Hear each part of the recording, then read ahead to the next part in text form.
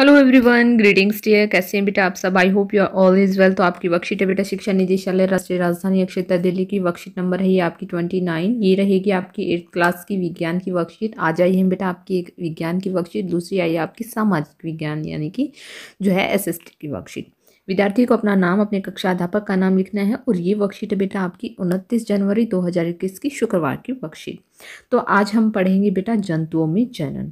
जैसे जब हम जानते हैं, हम सभी जानते हैं कि हम और हमारे भाई बहनों के कुछ लक्षण अपनी माताजी से, कुछ लक्षण अपने पिताजी से मिलते हैं। ऐसा क्यों होता है, यह जानने के लिए हम निषेचन प्रक्रिया को समझते हैं। निषेचन क्या होता है?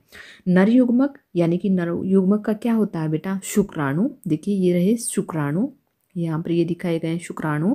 और जो है मादा युग्मक का क्या होता है बेटा? अंडाणु। क्या होता है? अंडाणु के संलयन की क्रिया को निषेचन कहते हैं। निषेचन दो प्रकार का होता है, आंतरिक निषेचन और बाह्य निषेचन।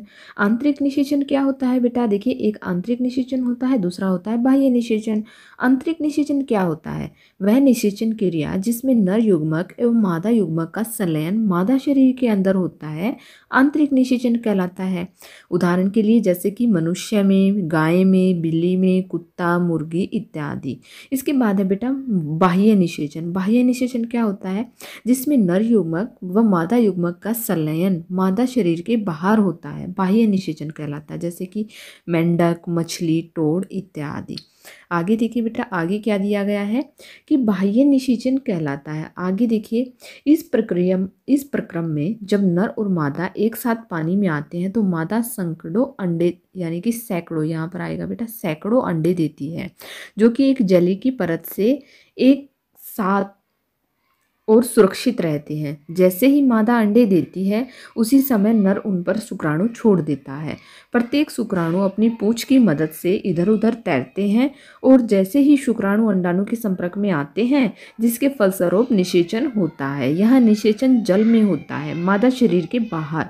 देखिए जैसे मादा भी जो है क्या छोड़ देती है बेटा? अंडाणु, अंडे छोड़ देती है। और जो है यहाँ पर नर जो है जंतु भी अपने जो है शुक्राणु छोड़ देता है। बाहर आकर इनका क्या होता है? मिलन होता है और ऐसे ही इनका बाहर निषेचन होता है। तो ये सामान्यतः जलीय जंतुओं में होता है। किन में होता है बेटा? जलीय जंतुओं में होता है। आगे देखिए, आगे क्या दिया गया है कि क्या आपने परखनली शिशु के बारे में सुना है? कुछ स्त्रियों में अंडवाहिनी अवरुद्ध होती है। ऐसी स्त्रियां शिशु उत्पन्न करने में असमर्थ होती हैं, क्योंकि निषेचन के लिए शुक्राणु मार्ग अवरुद्ध होने के कारण अंडाणु तक नहीं पहुंच पाते।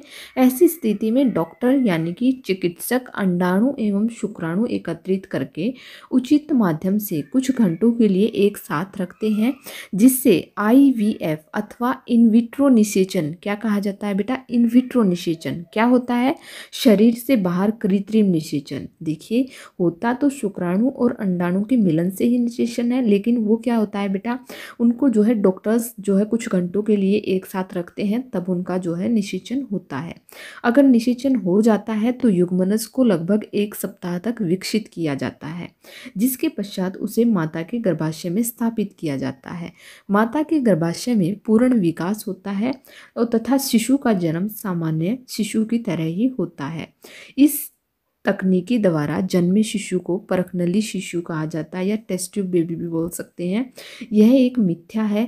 शिशु का विकास परखनली में नहीं होता, यानी कि कुछ लोग कहते हैं कि परखनली में होता है, लेकिन नहीं, उसका विकास जो है माता के शरीर के अंदर ही, गर्भाशय में ही होता है। आगे देखिए बेटा, आगे जो है प्रश्नोत्तर दिए गए हैं। सबसे पहला प्रश्न है, निषेचन किसे कहते हैं? यह प्रक्रिया मादा जनन तंत्र के किस भाग में होती है? तो देखिए बेटा इसका आंसर हम अपने क्वेश्चन नंबर 1 का उत्तर लिखेंगे कि नर युग्मक यानी कि नर युग्मक के क्या होते हैं? शुक्राणु। और मादा युग्मक के क्या होते हैं बेटा? अंडाणु। के संलयन की क्रिया को क्या कहा जाता है? निषेचन कहा जाता है। और यह प्रक्रिया मादा जनन तंत्र के अंडवाहिनी भाग में होती है। ये हो गया बेटा हमारे क्वेश्चन नंबर 1 का आंसर। आगे देखिए, हम देखते हैं क्वेश्चन नंबर 2 क्या दिया गया है। देखिए यहाँ पर आंतरिक निषेचन व बाह्य निषेचन में अंतर बताओ। तो देखिए यहाँ पर हम इसी में से कर लेते हैं बेटा कि देखिए ये रहा क्वेश्चन नंबर 2 का आंसर हमारा। आंतरिक निषेचन लिखेंगे हम पहले। वह निषेचन क्रिया जिसमें नर युग्मक और मादा युग्मक का संलयन मादा के शरीर में होता है आंतरिक निषेचन कहलाता है, जैसे मनुष्य, गाय, बिल्ली, कुत्ता, मुर्गी। और दूसरा लिखेंगे हम बाह्य निषेचन, वह निषेचन क्रिया जिसमें नर युग्मक व मादा युग्मक का संलयन मादा के शरीर से बाहर होता है, जैसे कि मेंढक, मछली और टोड, यानी कि ये ज़्यादातर जलीय जीवों में होता है। आगे है बेटा, आगे देखिए क्वेश्चन नंबर हमारा आगे क्या दिया गया है। रिक्त स्थानों की पूर्ति करनी है बेटा हमें। सबसे पहला है एक शुक्राणु एवं अंडाणु का संलयन क्या कहलाता है। शुक्राणु एवं अंडाणु का संलयन कहलाता है बेटा निषेचन। यहाँ पर हम लिखेंगे निषेचन, यहाँ पर हम लिखेंगे निषेचन। आगे है बेटा गाय व मनुष्य में खाली स्थान निषेचन होता है, कौन सा होता है बेटा, आंतरिक। कौन सा होता है, अभी हमने पढ़ा था आंतरिक निषेचन। कौन सा होता है बेटा, आंतरिक, आंतरिक निषेचन होता है।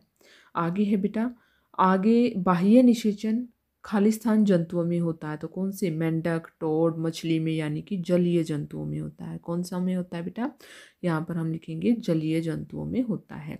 आगे है IVF का पूरा नाम क्या है।